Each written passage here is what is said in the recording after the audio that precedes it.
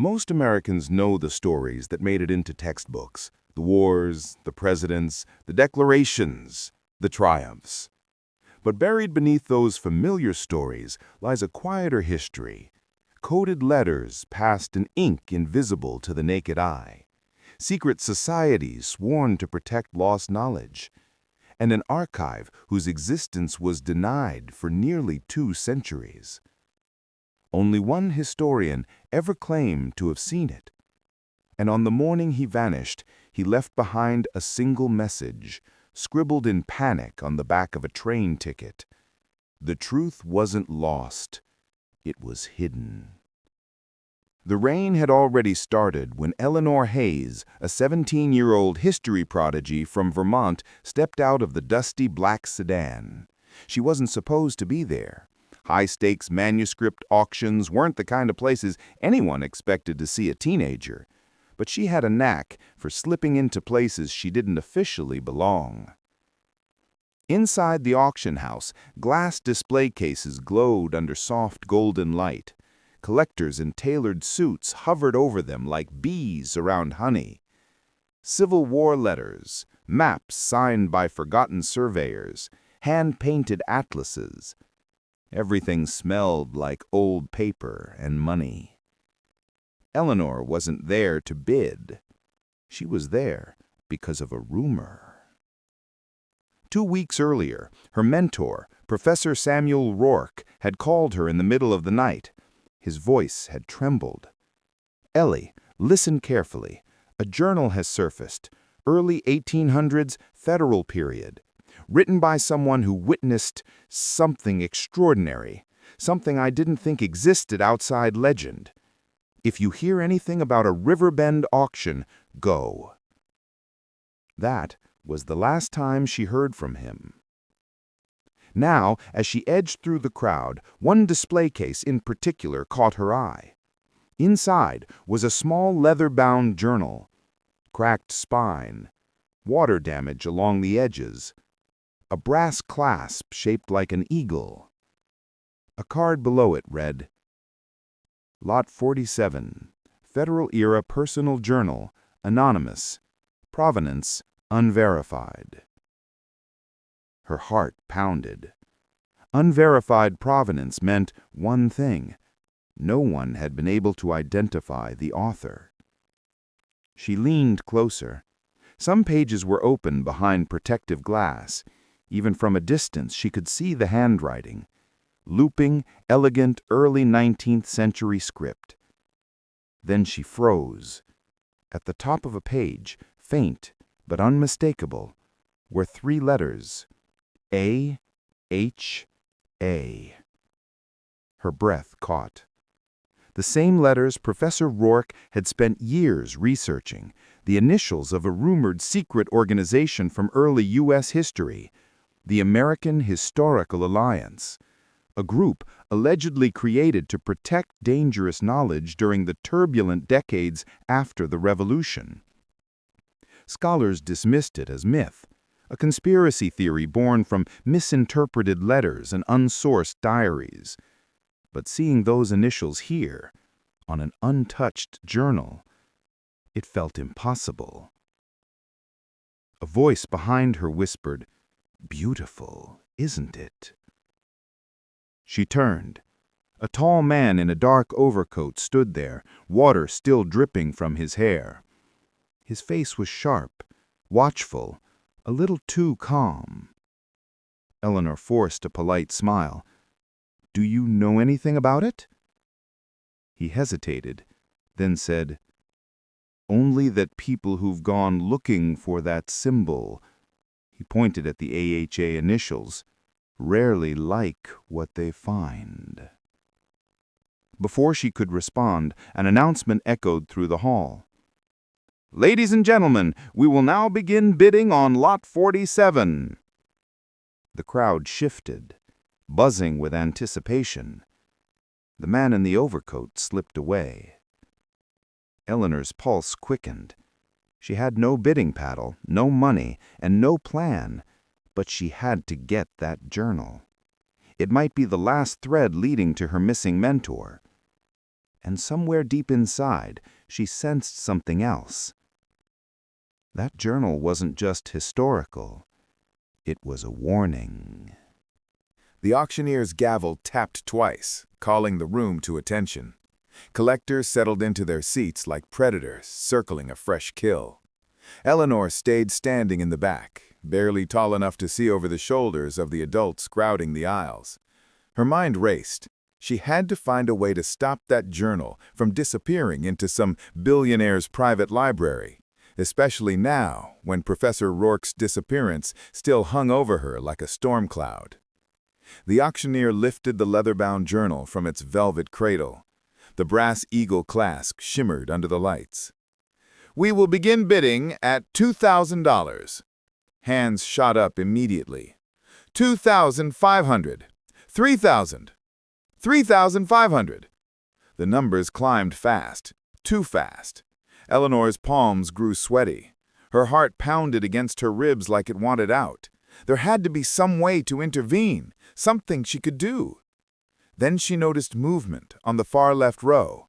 The man with the dark overcoat, the one who had warned her, was sitting perfectly still, hands folded, expression unreadable. He wasn't bidding, but he was watching. Closely. The price soared past $7,000, then $9,000, then $12,000. A woman in a burgundy dress raised her paddle sharply. 13,000. The auctioneer nodded. "Do I hear 14,000? Eleanor's stomach twisted. She didn't know what the American Historical Alliance had been, or why the journal mattered so much, but she knew Rourke wouldn't have called her in the middle of the night, unless something about it was dangerous and urgent.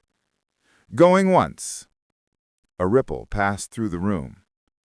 "Going twice."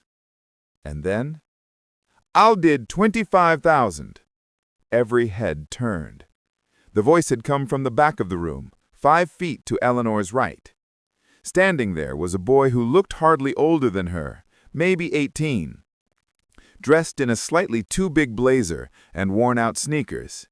His hair was messy in a way that suggested he had sprinted to get here, and yet his expression, calm, focused. The room erupted in whispers. The auctioneer blinked, stunned, but recovered quickly. "We have 25,000. Do I hear 26? But no one raised a paddle. Not even the woman in burgundy. After a tense silence, the gavel slammed down. "Sold to the bidder in the back." Eleanor stared. Who was this teenager who could casually drop $25,000 on a mysterious journal? And why had he looked at her the moment he made the bid? The boy walked to the front to collect the journal. The auction staff inspected his ID, processed payment, and handed him the small leather volume inside a protective case. He turned and walked toward the exit. Eleanor hesitated only a moment. Then she followed him. Outside, the rain had stopped, leaving the parking lot glossy and dark. The boy was already halfway down the walkway when she called out, "Hey, wait!" He stopped, turned. His eyes were sharp, intelligent, and wary. "You were staring at me inside, and you knew exactly when to bid. Why?" He looked around, making sure no one was listening. "Because," he said quietly, "if anyone else had bought this journal, you'd never have seen it again." She froze. "What do you mean?" He stepped closer, lowering his voice even further. "You're not the only one who's been looking for anything tied to the AHA, and most of the people searching aren't doing it for historical curiosity."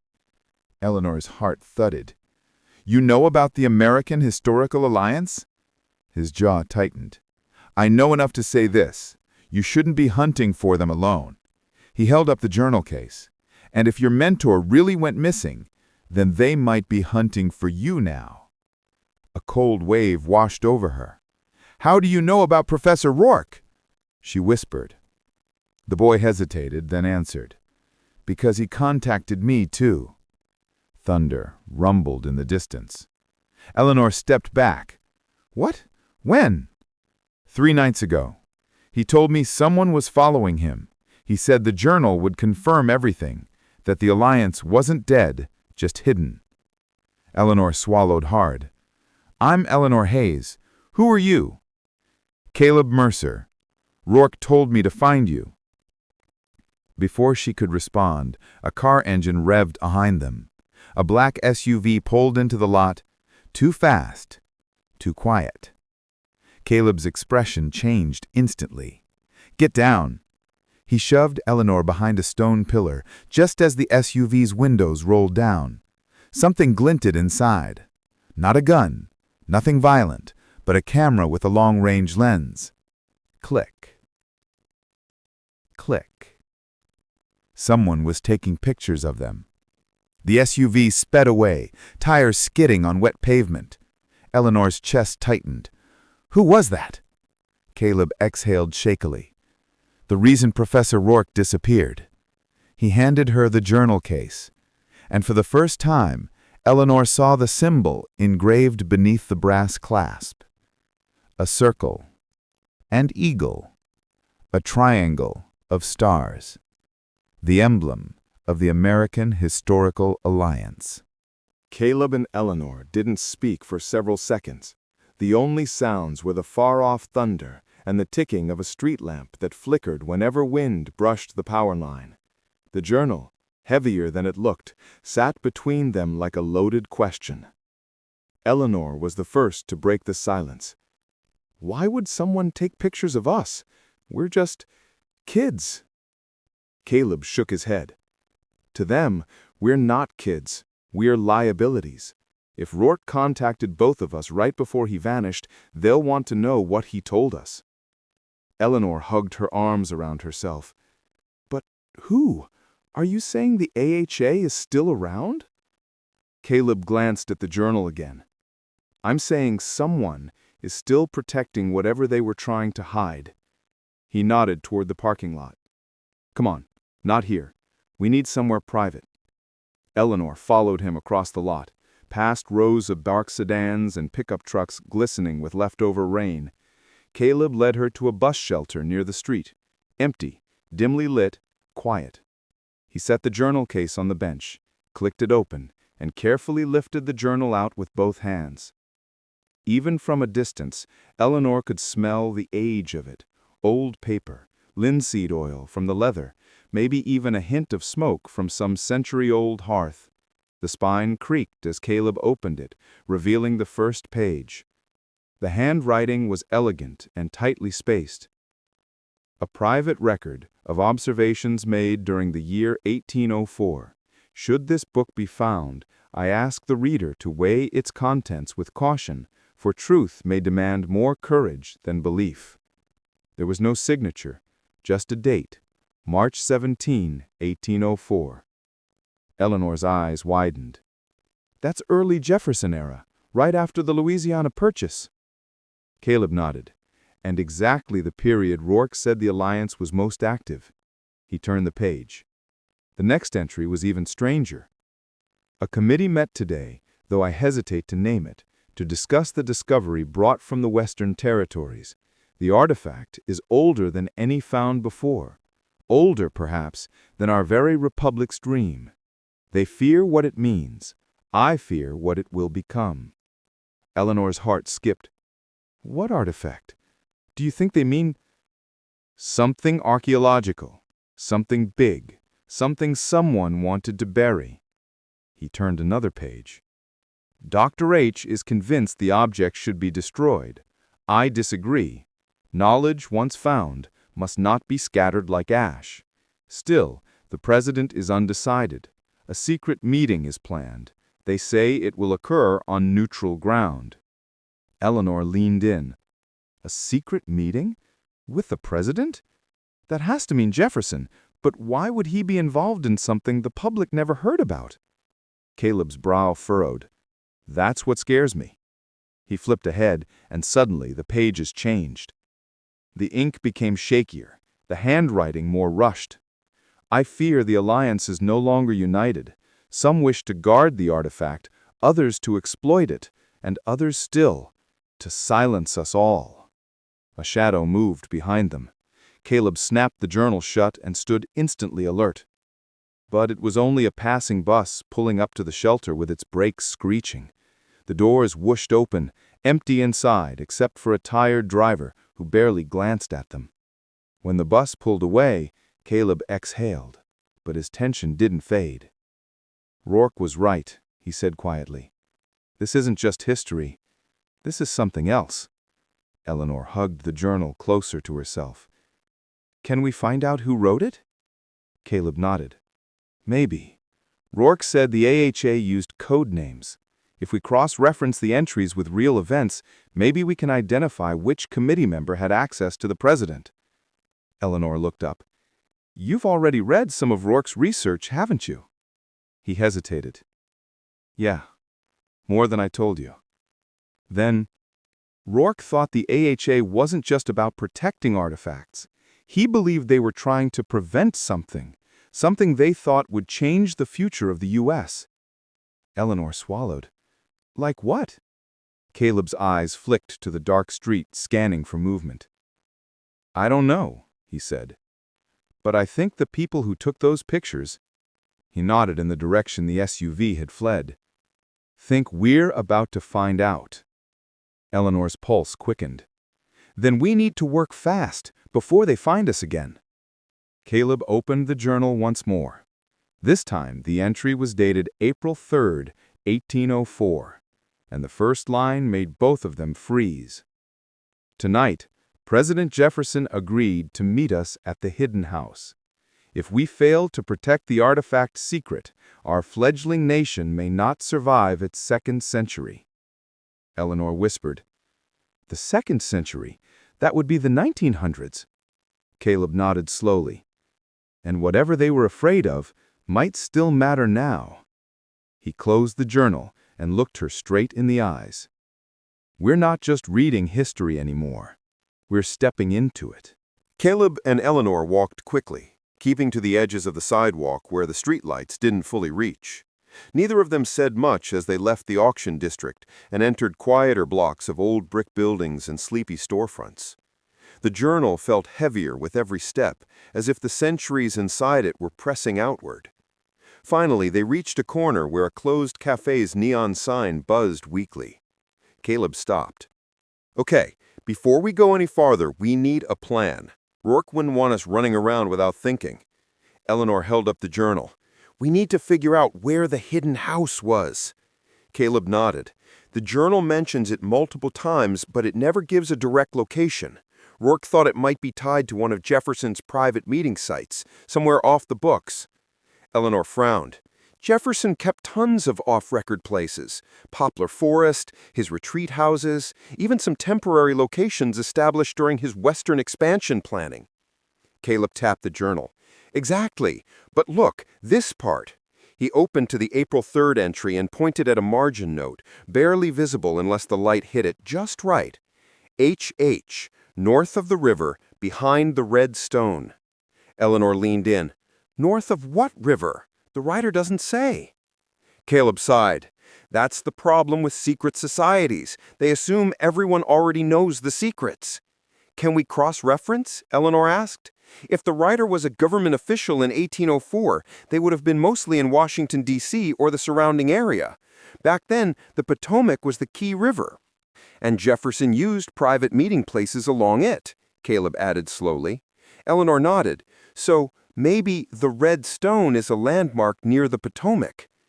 "Or," Caleb said, "it might not refer to a natural landmark at all. It could be a building made from red sandstone." Eleanor blinked. "Like the Little Red House?" Caleb frowned. "I don't know it. It's an 18th century structure in Maryland, small, remote, and made from imported red sandstone. Historians think early government employees used it for unofficial gatherings during the Jefferson and Madison administrations." Caleb's eyes widened. "You think that could be the hidden house?" "It fits the time frame and the secrecy," she said, "and most historians never investigated it because it was considered insignificant." Caleb paced a few steps, processing. "So Rourke might have wanted us to look there." Eleanor nodded. "But before we go chasing centuries-old hideouts, we should read more." Caleb agreed. They ducked behind a closed bookstore where a recessed doorway offered shelter. He opened the journal again, flipping ahead to a section marked by a faint ribbon. The handwriting in these pages was even hurrier. April 18th, 1804. The artifact must not be revealed. Even the whispers of its power could divide the nation. Yet some among us speak of using it to influence the states. They do not understand what they toy with. Eleanor read aloud softly. Power could divide the nation, influence the states. Caleb, what kind of artifact could they possibly be talking about in 1804? Caleb shed his head. I don't know. Something older than the Republic. Something Jefferson saw as dangerous. Eleanor flipped to the next page. April 19th. The president fears a civil fracture. He believes knowledge of the artifact could accelerate tensions already brewing between regions. He spoke in confidence. If the wrong man sees this, the Republic will burn before it reaches a century. Eleanor's breath caught in her throat. Did he predict the Civil War? She whispered. Caleb stared at the words. Not exactly. It sounds like he feared something worse, something that never happened, or something that almost did. Eleanor's fingers trembled slightly as she traced the ink. What if this artifact, whatever it was, had the potential to change the balance between the states, or expose something that would destabilize the early government? Caleb shut the journal gently. If that's true, then the AHA wasn't a fringe group. They were the firewall. And whoever took photos of us might be trying to break that firewall now. A gust of wind swept down the alley, rattling the bookstore's old metal sign. Caleb glanced toward the street.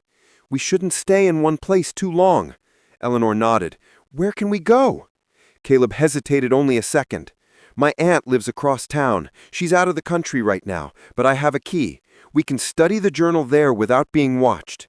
He tucked the journal safely into his bag, zipped it tight, and slung it over his shoulder. Let's go before that SUV finds us again. They stepped out of the alley and crossed the street. But as they reached the next corner, Eleanor suddenly grabbed Caleb's arm. He froze. What? She pointed to the sidewalk ahead. Someone was standing there, perfectly still beneath a flickering street lamp. A tall figure, hooded, unmoving, watching them. Caleb's voice dropped to a whisper. Don't react, just walk. But the moment they stepped forward, the figure did something unexpected. They reached into their coat and pulled out a piece of paper, then placed it gently on the ground and walked away without a word. Caleb waited until the figure turned the next corner. Then he darted forward and picked up the paper. Eleanor leaned over his shoulder to read it. One sentence, written in neat, sharp handwriting. Stop searching for the hidden house.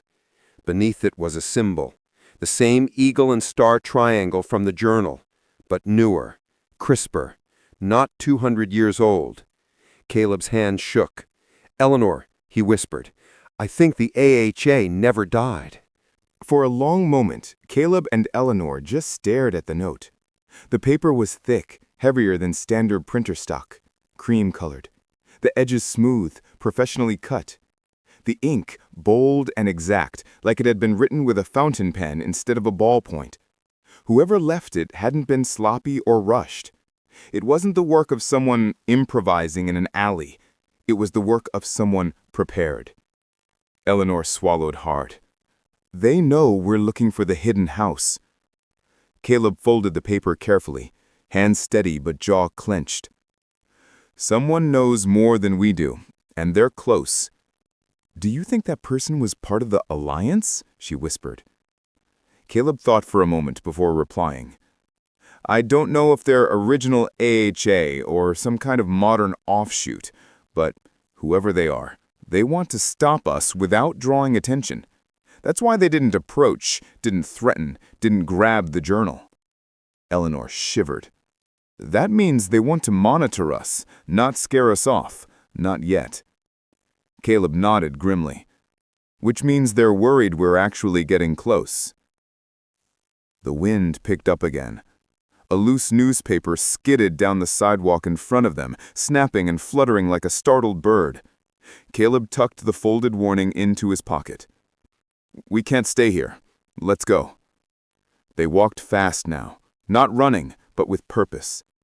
Eleanor's breathing grew shallow. Every passing car's headlights felt like a spotlight on the two teenagers carrying a secret that someone clearly didn't want uncovered. When they finally reached a quieter residential area, the tension eased slightly. The roads were lined with old Victorian houses, wide porches, gables carved with delicate shapes, yard lights glowing warm in the wet night air. Caleb pointed toward a blue-gray house halfway down the block. "That one," he said.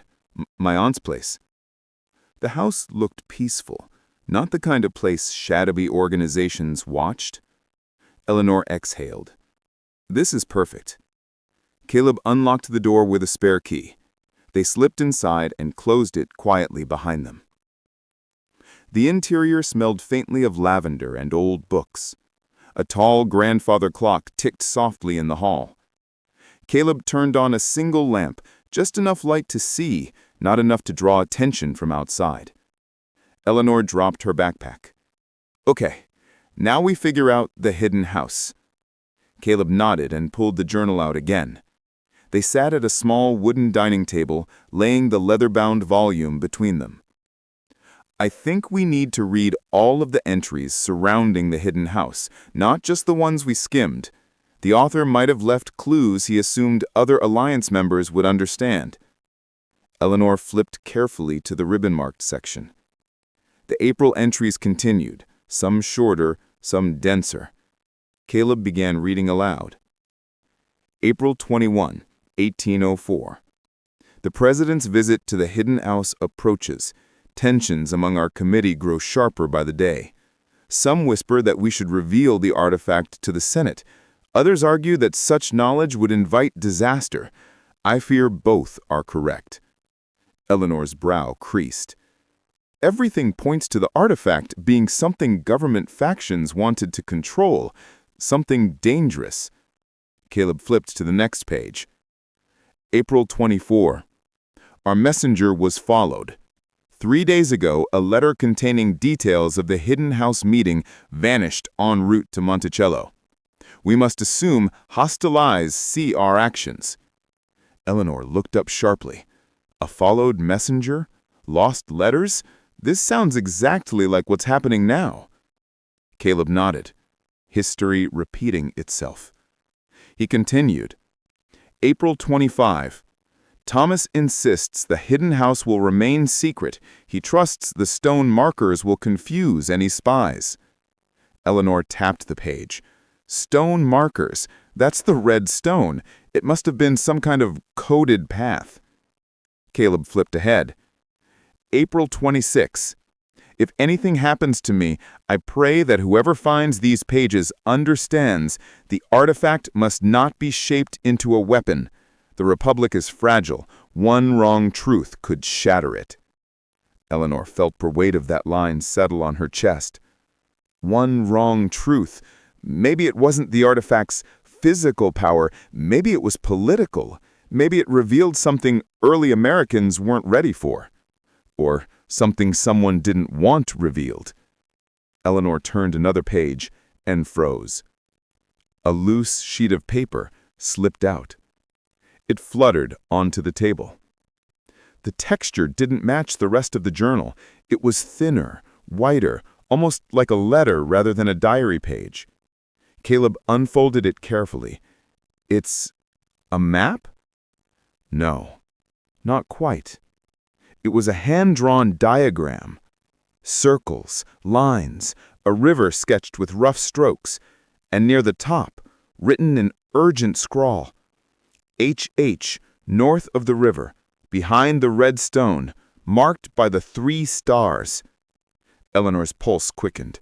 3 stars, she said. The same triangle of stars from the Alliance symbol. Caleb nodded. And this river, look, he tilted the paper sideways. The shape of the river curved in a familiar loop. That's the Potomac, Eleanor breathed. Definitely. Caleb leaned back, stunned for a moment. So the hidden house actually exists. Eleanor exhaled slowly. And someone knows we're looking for it. A sudden crash outside, a metallic clang made them both jump. Caleb shot to his feet. "Stay here." But Eleanor followed him anyway. They crept to the living room window. Caleb pulled back the curtain a hair's width. A garbage bin had tipped over in the alley, but someone was there. A silhouette, slipping back into the shadows. Tall, silent, watching. Caleb let the curtain fall back into place. "They found us," he whispered. Eleanor's voice trembled. "What do we do?" Caleb held up the journal. "We find the hidden house before they do." He grabbed the map sheet and stuffed it into his jacket. "Tomorrow morning, we go to the Potomac." Eleanor nodded. But as she glanced at the clock ticking toward midnight, one thought chilled her. Whoever had watched them, had they been there before the bin fell? Or had they been there all along? Morning arrived gray and muted, as if the sky itself hesitated to reveal anything clearly. A thin mist hung over the rooftops, softening the edges of trees and houses. Eleanor barely slept. Every creak in the old house had sounded like footsteps, every passing car like a surveillance vehicle slowing down. Caleb didn't look much better. His hair stuck up in odd directions, and he clutched a thermos of coffee like it was life support. "We leave now," he said. "The earlier we get there, the fewer people will notice." They packed quickly. Notebooks, the scanned sketches they'd taken of the map, a charged phone, and the journal itself tucked safely into Caleb's backpack. Eleanor grabbed 2 granola bars from the kitchen counter. The street outside was mostly empty, except for a jogger and a few cars coasting through morning fog. Nothing suspicious, nothing obvious, but that didn't comfort either of them. As they started walking toward the metro station 10 blocks away, Eleanor whispered, "Do you think the person from last night is still watching us?" Caleb didn't slow down. "They might be, but if they wanted to take the journal, they would have already done it. Last night was a warning." "Why warn us at all?" she asked. "That's what scares me," he said. "Someone wants us to stop without making a scene, which means whatever the alliance is or whoever inherited it, they prefer secrets over confrontation." They walked faster. The metro ride.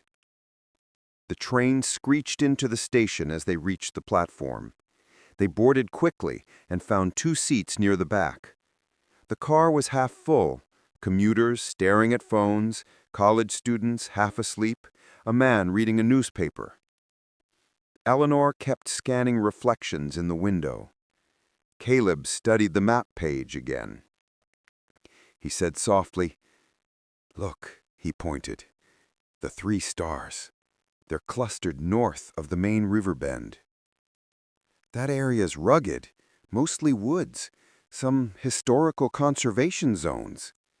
"Which means fewer witnesses," Caleb said, "and fewer explanations if someone wants to stop us." The train rocked gently. Station lights flickered by. Eleanor's thoughts raced. "Caleb," she said finally, "what if the hidden house is gone, torn down, collapsed, lost in a flood?" He shook his head. Rourke believed it still existed. He said the Alliance maintained sites across generations, places meant to last. Eleanor stared at the map. HH, north of the river bend, behind the red stone, marked by the 3 stars. She whispered the words again. It felt like a riddle written for people who never imagined teenagers in a metro car would be deciphering it. Arrival at the river. They exited the metro and walked a mile through a wooded trail that led down toward the Potomac. By now the mist had thinned, replaced by crisp morning air buzzing with insects. The river glimmered in long silver streaks through the trees. Eleanor pulled the map from Caleb's jacket. "This section here," she said, "looks like it aligns with the Overlook Trail." Caleb nodded. "Let's check it out." They followed a narrow dirt path until the river opened into view. The current rolled steadily, carrying leaves and broken branches along. Birds chattered somewhere overhead. They were alone. Almost too alone. Caleb led them down a slope toward a cluster of rocks near the riverbank. "Red stone," he murmured. "But all I see is—" "Wait," Eleanor said suddenly. She stepped closer to one of the stones. It was large, mossy, and worn by time, but beneath the green growth, the stone had a faint reddish tint. Caleb crouched beside it. "It's sandstone. Imported, maybe. Doesn't match the geology here." Eleanor exhaled sharply. "Someone placed this here." "And not by accident," Caleb said. He brushed away moss with his sleeve. Something carved into the stone emerged. 3 small, shallow indentations. Triangular. 3 stars, Eleanor whispered. Caleb's voice was barely audible. "This is the marker." He stood and looked around. So the hidden house must be behind this stone. Eleanor pointed toward a narrow slope leading up through thick brush. "There's a trail, overgrown but still walkable." Caleb nodded. "Let's go." The overgrown path. The climb was steep. Roots snagged at their shoes. Branches whipped at their arms. The path twisted between fallen logs and clusters of thorny bushes. It didn't look like anyone had walked it in decades. Eleanor paused to catch her breath. "This better be worth it." Caleb grinned faintly. "If it isn't, we blame Rourke." They pushed on. After several minutes, the trees thinned, and then they saw it. A structure, half hidden by ivy and shadow. Wooden beams, stone foundation. The roof sagged heavily, but remained mostly intact. Windows dark, door shut. But unmistakably, a house. Eleanor felt a chill crawl across her skin. "Caleb, we found it." Caleb stood speechless for a full 10 seconds. The hidden house. Built sometime around 1800, never marked on any official map. A secret meeting place for people who feared the wrong truth could collapse a young republic. He stepped forward slowly. "We need to document everything. Take pictures, notes." Eleanor reached for her phone, then froze. "Caleb," she whispered, her voice trembling. He turned. She pointed. Footprints. Fresh ones, leading straight to the hidden house and back into the trees behind them. Caleb's face drained of color. Someone was here. Recently. Eleanor's breath caught. "We're not the first ones to find it." Caleb swallowed hard. "No," he said quietly, "but whoever got here before us might still be close." The woods went silent.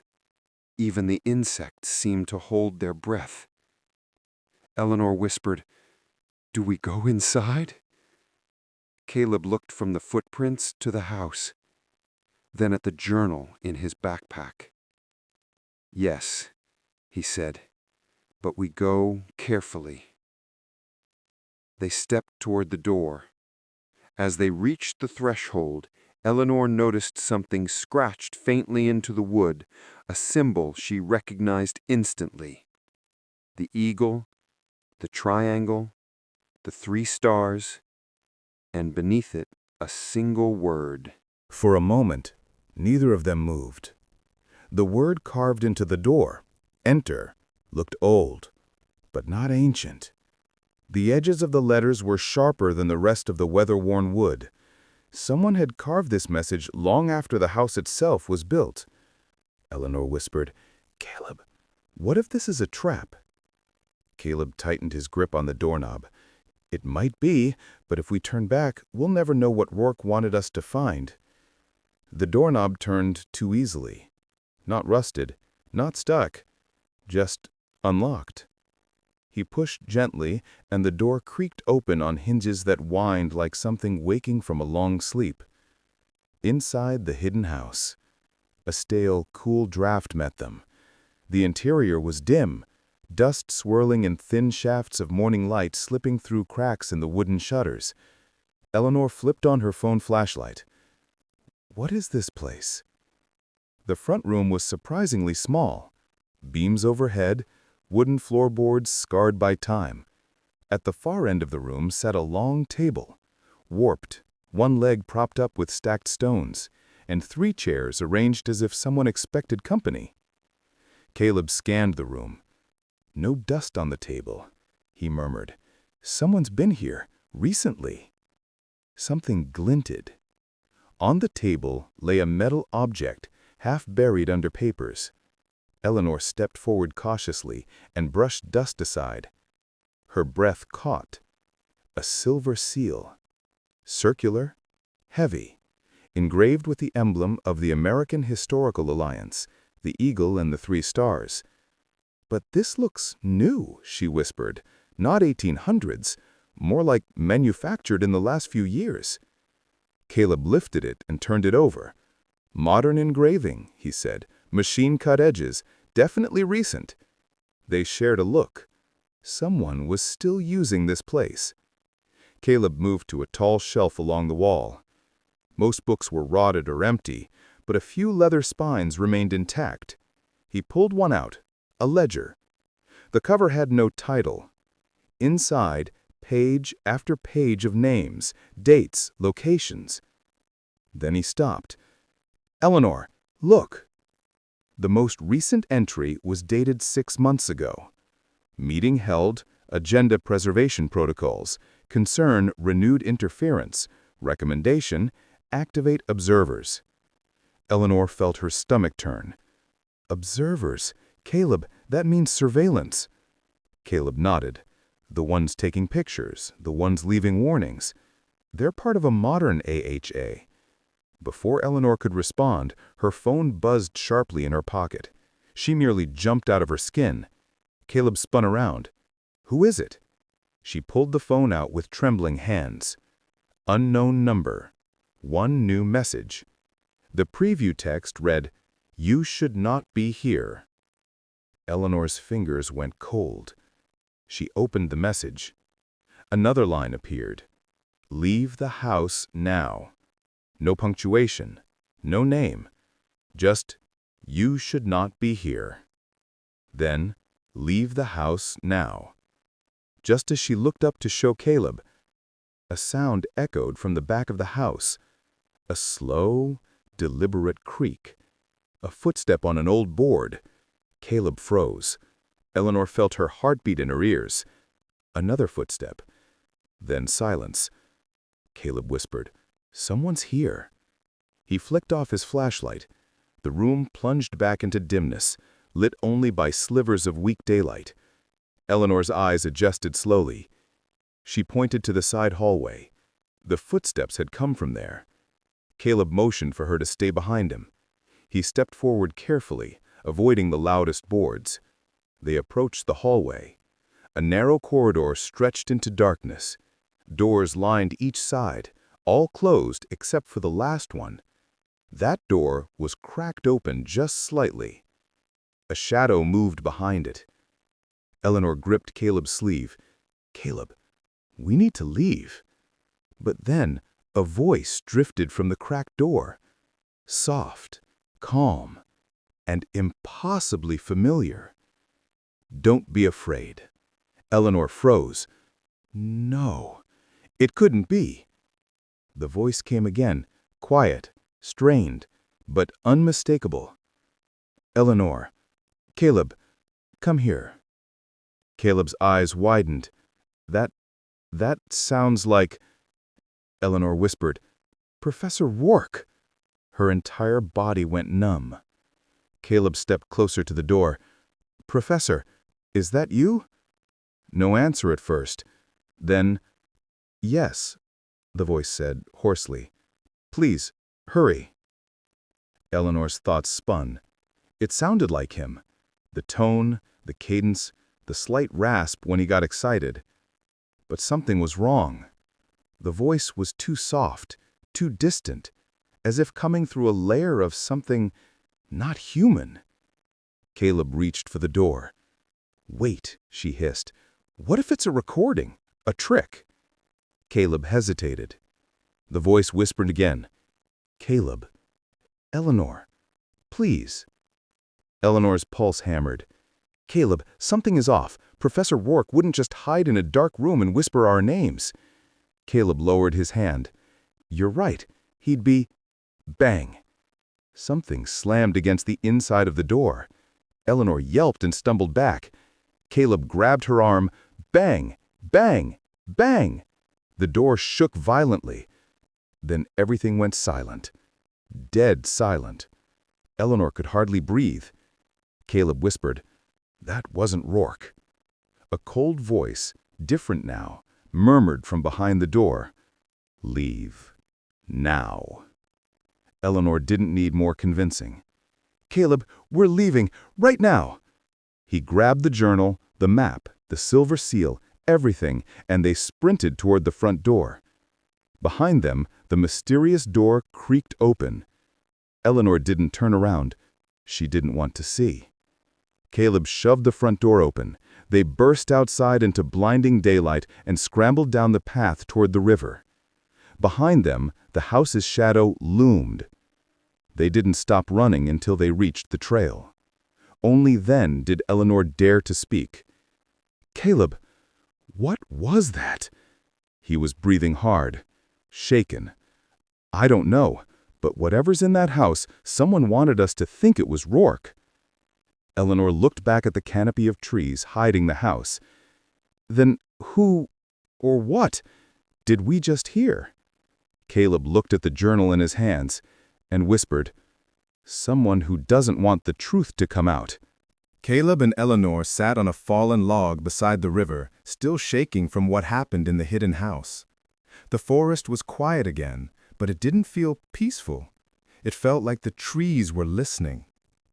Caleb set the old leather ledger on his lap. We need to know what's in this, he said. Eleanor hugged her arms to her chest. I know, but that voice, Caleb, that wasn't just a coincidence. Somebody knew we were inside, and they knew our names.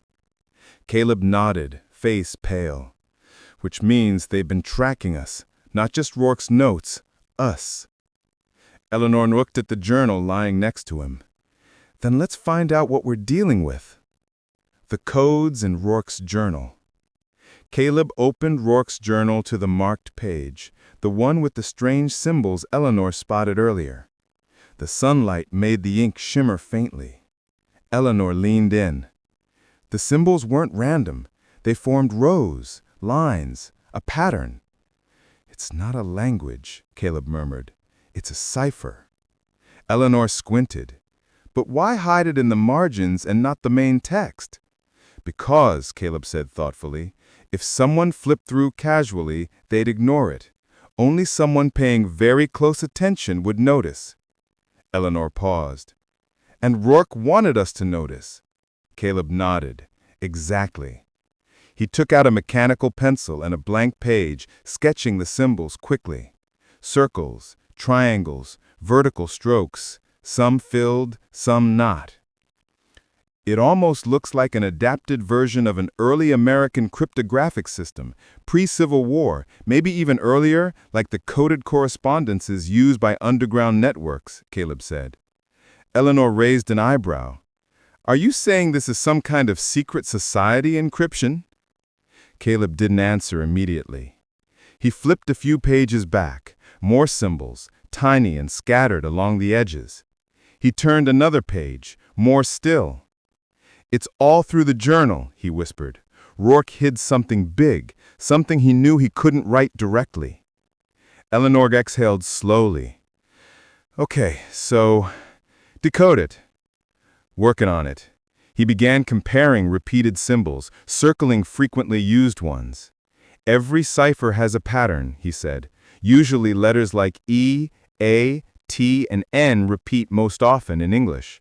If I can spot repeated symbols, maybe I can map some letters. Eleanor watched his eyes dart back and forth, scanning. Caleb, slow down. I can't, he said. Time matters. Whoever sent that message, whoever was in that house, they already know we're onto something. We don't have days. We might not even have hours. Eleanor felt a shiver run through her. The journal pages fluttered as a breeze swept through the clearing. Caleb caught them. Then he froze. Wait. Eleanor leaned closer. What? He held up one page against the sunlight. The margins had the same symbols, but under the sunlight, something else appeared. Faint, barely visible, invisible ink. Caleb inhaled sharply. Rourke used iron gall ink. It darkens under heat and light. Eleanor angled the page more. Letters emerged slowly, ghost-like lines forming words. Eleanor covered her mouth. Caleb, read it. He swallowed and read aloud. If you found this, you're being followed. Eleanor's heart dropped. Caleb continued. They are not new. The alliance never dissolved. They only changed faces. Eleanor whispered, the HAA still exists. Caleb nodded numbly and kept reading. Do not trust the historical record. It was altered. Entire events erased, names removed, stories rewritten. Their goal is preservation, but not of truth. Eleanor blinked. Preservation of what, then? Caleb read the next line carefully. Of influence. The wind rustled through the leaves overhead. He turned the page, more invisible ink, this time clearer, as if Rourke wrote in a hurry. I discovered evidence of the first charter. It reveals the original purpose of the alliance. They silenced me once. They will again. Eleanor felt cold. First charter? Caleb, what is that? It sounds like some founding document, something ancient, maybe 1700s. Caleb began reading the last lines, voice low. If I disappear, it will not be by choice. If you are reading this, you must find the first charter before they do. It was hidden where the alliance began. Follow the markers. Eleanor frowned. Markers? Caleb pointed to the tiny symbols again. Then he read the final line. And trust no one, especially those who claim to protect history. The ink ended abruptly, as if Rourke was interrupted. Eleanor stared at the journal. Caleb, this is bigger than a lost historian. This is a cover-up spanning centuries. Caleb closed the journal slowly. And he wants us to find the first charter. Eleanor exhaled shakily. Where do we start? Caleb looked toward the old forest trail. With the markers. A new path reveals itself. They walked slowly, following the faint path leading deeper into the woods. The trail wasn't maintained, branches hung low, roots twisted across the ground, and the air smelled different, older, stiller. Then Eleanor stopped. Caleb, look! On the side of an enormous oak tree was something carved faintly into the bark, weather-worn but still visible. A triangle, a circle, a vertical line, one of the cipher symbols. Caleb's voice dropped to a whisper. That's the first marker. And the path continues, Eleanor said quietly. Past the oak, the trail narrowed, almost invisible, but the faint outline of footprints in the dirt suggested someone had walked it not long ago. Caleb and Eleanor exchanged a look. Ready? He asked. No, she whispered, but let's go anyway.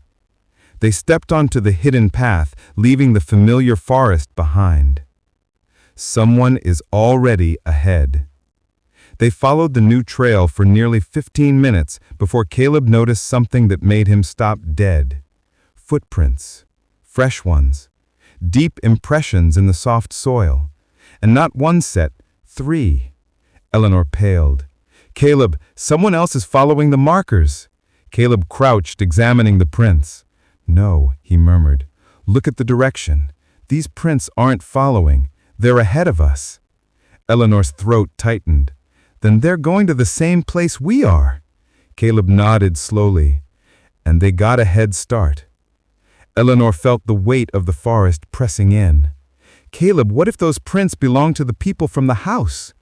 He stood up, face tense. "Then we're in more danger than Rourke warned us about." They moved forward cautiously.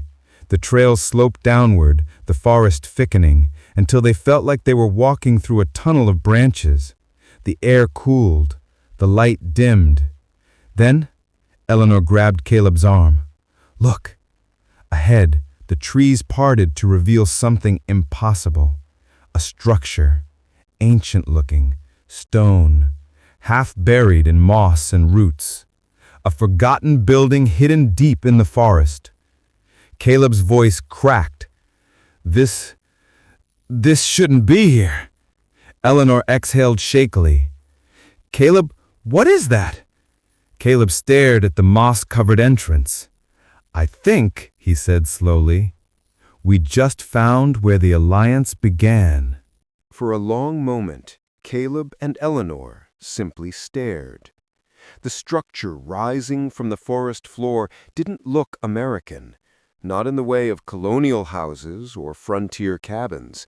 This was older, stranger, out of place, like a misplaced artifact from another century. Thick stone blocks, each at least 3 feet long, carved lintels over the doorway, a triangular pediment cracked down the middle, all wrapped in moss like the forest was trying to swallow it whole. Eleanor stepped closer, eyes wide. "Caleb, this looks European." Caleb nodded slowly. "Yeah, early 1700s European design. But structures like this were never built this deep in undeveloped territory." Eleanor whispered. "Then who built it?" Caleb ran his hand along a stone column. "The people who started the alliance." Markers at the door. The entrance was wide but shadowed. The forest seemed darker here, the air heavier. Eleanor spotted something carved into the stone beside the doorway. She brushed away the moss carefully. 3 symbols: a circle, a square, and a downward arrow. "Caleb," she whispered, "these match the cipher." Caleb studied them, then flipped through Rourke's journal to a page covered in symbols. Same set, but arranged differently. This might be a direction, or a warning. Eleanor swallowed. A warning about what? Before Caleb could answer, the sunlight shifted, and something glinted above the doorway. A metal plate. Tarnished, but legible. Caleb stepped closer and read aloud. "Foundation Hall, 1713. Eleanor's breath caught. 1713? Caleb, this is older than the United States. Caleb exhaled slowly. And the Alliance always claimed they were founded in 1784, after the Revolution. Eleanor stared at him. They lied? Caleb nodded grimly. By over 70 years. Inside the hall. They stepped through the stone doorway. The temperature dropped instantly, as if the building exhaled a cold breath. Their footsteps echoed softly. The inside was a large rectangular chamber, partly collapsed but still intact. Stone columns lined the sides.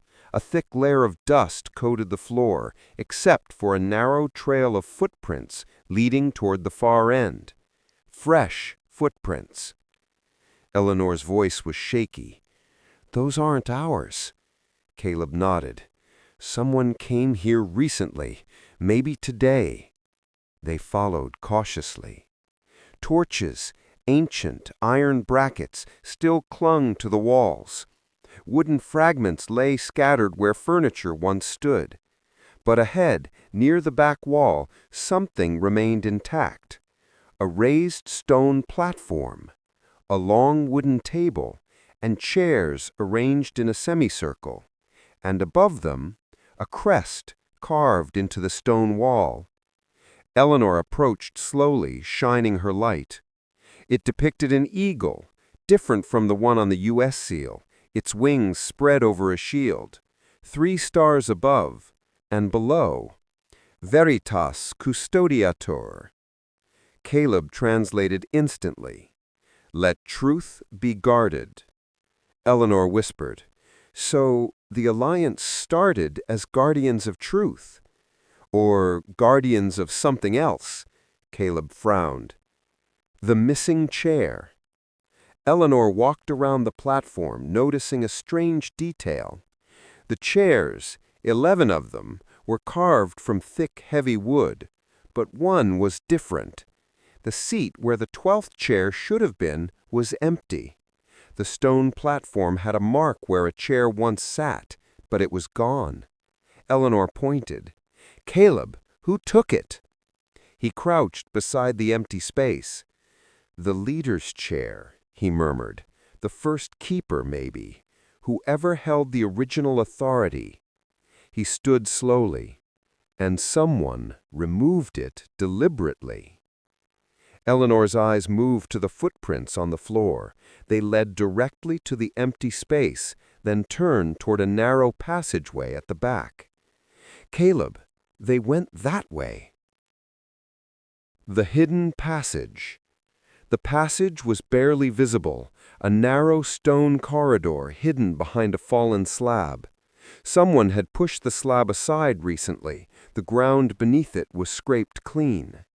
Caleb squeezed through first, then helped Eleanor. The air was colder still. The passage sloped downward gently, forming a spiraling path. Moss glowed faintly in the cracks, giving a dim green light. After a few minutes, the passage opened into a small chamber. Caleb's breath hitched. At the center lay a wooden chest, locked, old but intact. Eleanor stepped closer. "Caleb, is that the charter?" "Maybe." He knelt beside it. The lock was strange, 3 slots for 3 metal seals. Eleanor gasped. "Like the silver seal from the hidden house." Caleb fumbled in his bag and pulled out the seal they had found on the table. It fit perfectly. He stared at the other 2 empty ones. "We need 2 more," he whispered. "Rourke must have known that. That's why he marked the locations." Eleanor looked around the chamber. The footprints ended right here. "Caleb, someone opened this chamber before us." He nodded grimly. "But they didn't have all 3 seals." Eleanor's voice trembled. "But if they come back and find us?" Then they heard it. A distant noise, faint but indisguisable. A footstep, echoing through the passageway behind them. Caleb's eyes widened. "They're coming back," Eleanor whispered. "Caleb, what do we do?" He grabbed the journal, the chest, and the seal, hands shaking. "We hide." The chamber with no exit. They scanned the room. No second doorway, no windows, just stone walls and the spiraling passage behind them. Footsteps grew louder. Caleb grabbed Eleanor's hand and pulled her behind a fallen column near the chamber's edge. They crouched low, barely breathing. The footsteps reached the chamber entrance. A shadow stretched across the stone floor. Eleanor squeezed Caleb's hand hard enough to hurt. The figure stepped inside. Caleb risked a glance. A man, tall, gray coat, black gloves, and around his neck, a silver chain bearing an identical seal. He walked slowly to the chest and tested the lock, confirming one seal was in place. He spoke softly to himself. 1 found, 2 to go. The charter will be recovered. Eleanor's heart pounded.